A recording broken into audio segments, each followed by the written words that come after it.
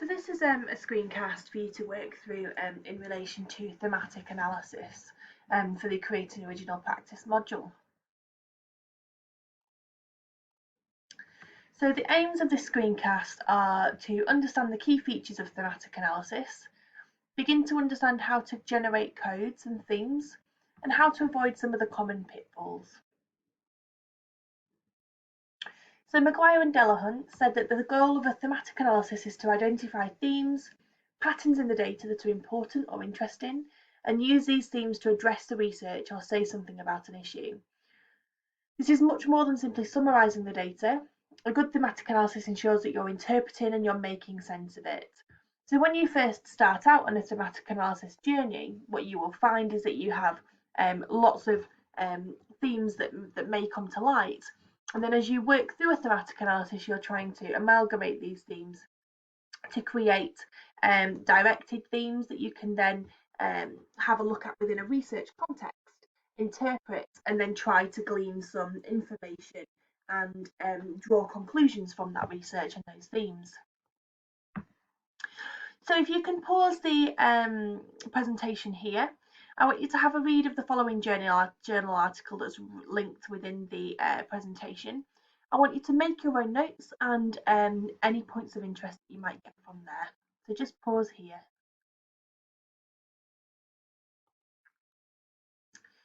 So this just shows the 6 phases of thematic analysis linked from phase 1 to phase 6. So starting off at the beginning, so familiarising yourself with your data set, whether that be from an interview transcript or from a questionnaire transcript, or you might be thinking about directing themes from lots of literature searches that you've been doing and trying to draw out themes from a systematic review or from a scoping review. And you might want to start transcribing data, reading, rereading the data, and jotting down any initial ideas or initial thoughts that you may be having.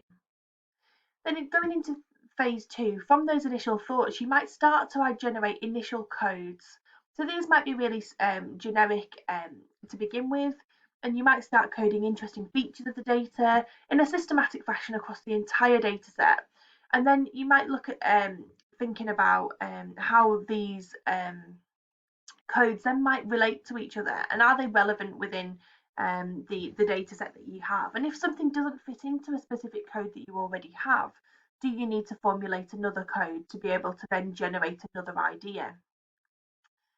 Once you've got all your codes together, you can then start to search for themes.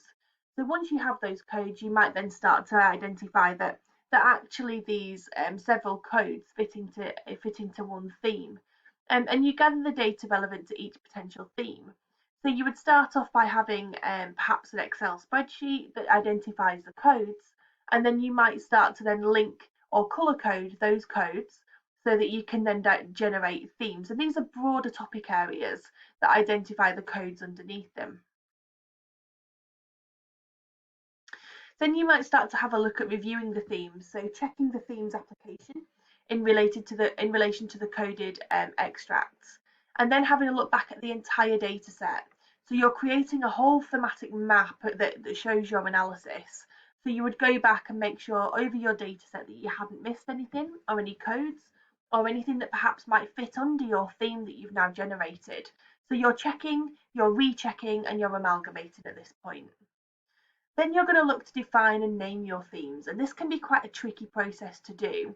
So it's worth doing this and giving a fair degree of time to this so that you can come back to it and relook at things as you go. You're looking at ongoing analysis to refine the specifics of each of the themes, and then having a look at the overall narrative. So you're getting clear definitions and names for each of the themes, and you're making sure that these themes link back to your research question, that you're not being woolly around your research question, that what you're finding answers your research question. And then ultimately you're going to produce a report, and this is your final opportunity for analysis. So you're going to select your themes and identify those themes. You're going to explain those themes. Then you're going to find further data and further information to back up those themes. You're going to use vivid, compelling examples from the extract, so from the interviews or from the questionnaires, you might give an example. And then you might develop a final analysis of that extract and linking it back to your research question, linking it back to your literature search, and then you're going to produce a scholarly report on the analysis of your research and your data set.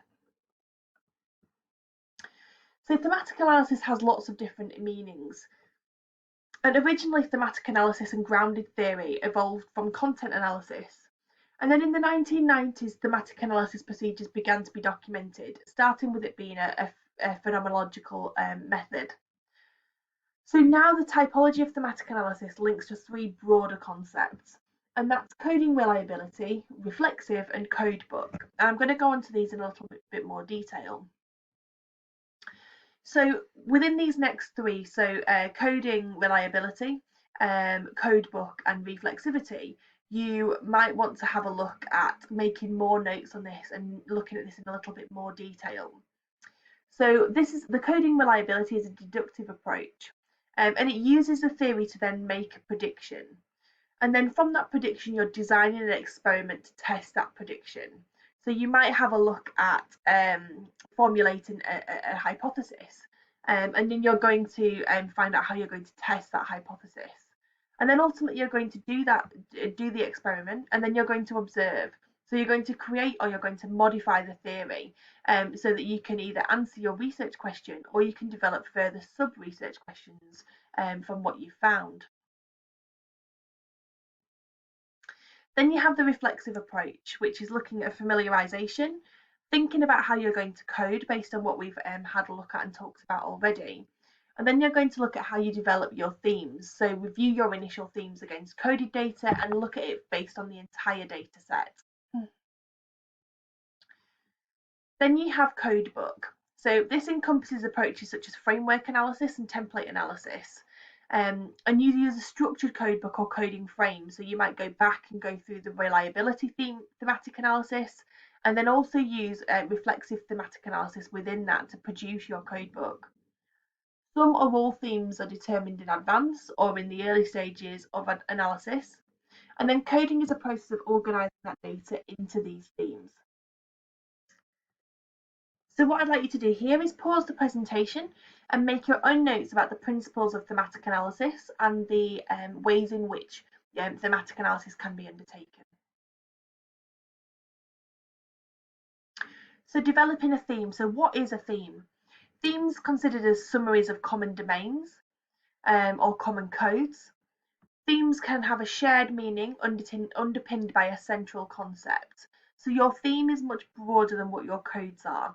So you're trying to link together your codes to form an ultimate theme. Themes can tell a story about the data set that you have. So you're thinking about what story your data is presenting as you're reading through it and as you're making your notes. So as you make your initial set of notes with your data set, you're thinking about what story is being told here. What can I reflect within my analysis of this data? And themes can occur in two ways. So you can get the early development and therefore these then guide your coding, or you can get the late development. So you go through your data set and then you develop your themes, and then this gives you an outcome from your codes. So it can be that you have your code set in your mind early on, or that the codes then develop as you go through your data set. So these are some of the common pitfalls when people are looking at thematic analysis. So sometimes within thematic analysis, you fail to address your research question. So it's quite common to get lost within thematic analysis because there are so many different aspects that feed into thematic analysis. So it's making sure that at all times you're going back to your research question and you're making sure that you're answering that. You have unconvincing or underdeveloped analysis of your themes. So you might have too many themes, so therefore you get lost within the amount of information that you have, or you have too few themes that aren't specific enough to be able to answer your research question, and they just don't hold enough weight in. There might be too much overlap between themes, and they might be just completely unrelated, which then makes it really hard to analyse that data and come up with a concurrent conclusion. And both of the above things, so having too many or too few themes or overlapping your themes too much, can mean that your themes are vague and they're not internally coherent. Then when people go on to the analysis, they fail to provide a rich interpretation of the data. And that's usually because they've struggled to understand their data set and they've struggled to go into it in enough detail. Paraphrasing and not analysing, interpreting the data. So just lifting quotes out of your data set rather than being able to discuss critically about your data set and about what is being said within your data set. Arguing with the data. So when you are presenting your data set, you're forming an argument that might develop some bias within it, within the way that you've decided to present that. But that actually goes against what is being said within your themes and within your codes. So it's making sure that you're on track and you're referring back to your codes and your themes throughout, so that you're making sure you've got a coherent data set. And sometimes we find that people are really poor at being able to name their themes.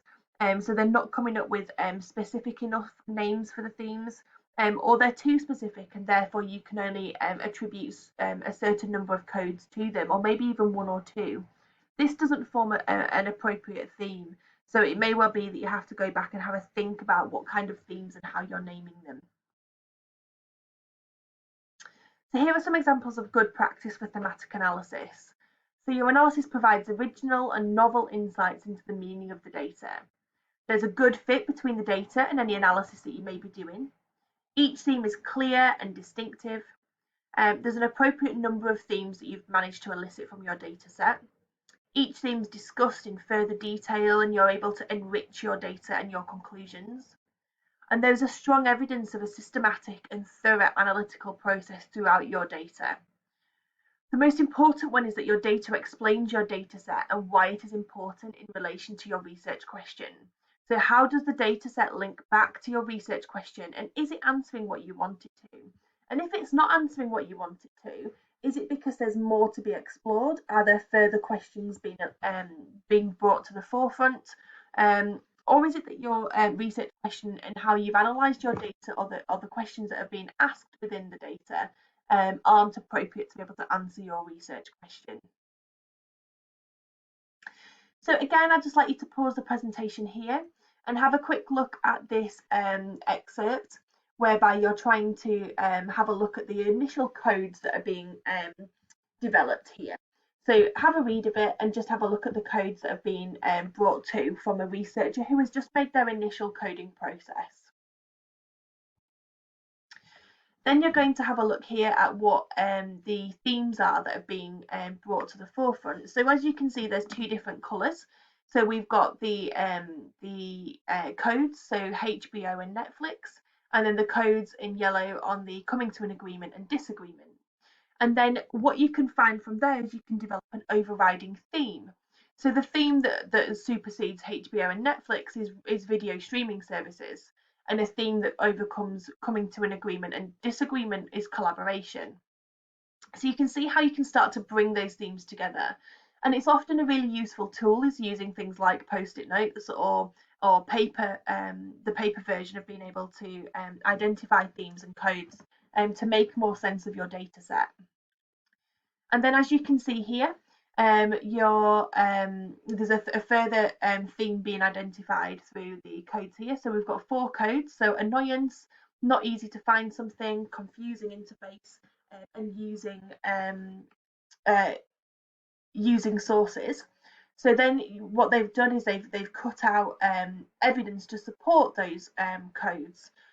So they've identified a code. They have then brought the evidence that supports that code, and then they've identified an overlying theme that encompasses those codes and those pieces of information from their data set.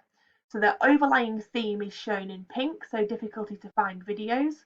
Their codes are shown on the yellow post-it notes, and then the evidence is shown underneath. Now you can do this via a paper method, or you can look to do it on a more IT-based method such as Microsoft Excel or Google Sheets. Now this is a really nice video for you to watch about thematic analysis and how it's done using the paper post-it note method. So please do pause here and have a look at this video. It's around about 5-6 minutes long. So this is another example of how to extract codes. So looking at the types of codes that were identified. looking at how to present the example, look at how you extract the code from the example, and then having to think about how you can support that code extraction with evidence from the literature. So this is a really useful resource, and how you may be able to set it out using an online coding system such as Microsoft Excel. And then this is just a checklist. So when you do come to do your thematic analysis, thinking about making sure you're going down this and making sure you're ticking it off as you go. So transcription, appropriate level of detail and accuracy. You're coding each data item, giving each data item equal attention. You're thorough, inclusive and comprehensive with your coding. All relevant extracts for each theme have been collated. Your themes have been checked against each other and the original data set. The themes are internally coherent, they're consistent and they're distinctive from one another. And then moving on to analysis, your data is interpreted, analysed rather than just paraphrased or described. Your data and your analysis and data match, extracts illustrate any analytical claims. So you're making sure the extracts that you use within your supporting evidence is appropriate to that specific theme. Your analysis tells a convincing and well-organised story about the data and the topic, and your analysis is a good balance between extracts and analytical narrative. I hope that's been helpful in relation to thematic analysis as an overview. You should have in front of you some notes around thematic analysis and what thematic analysis will mean for your data set.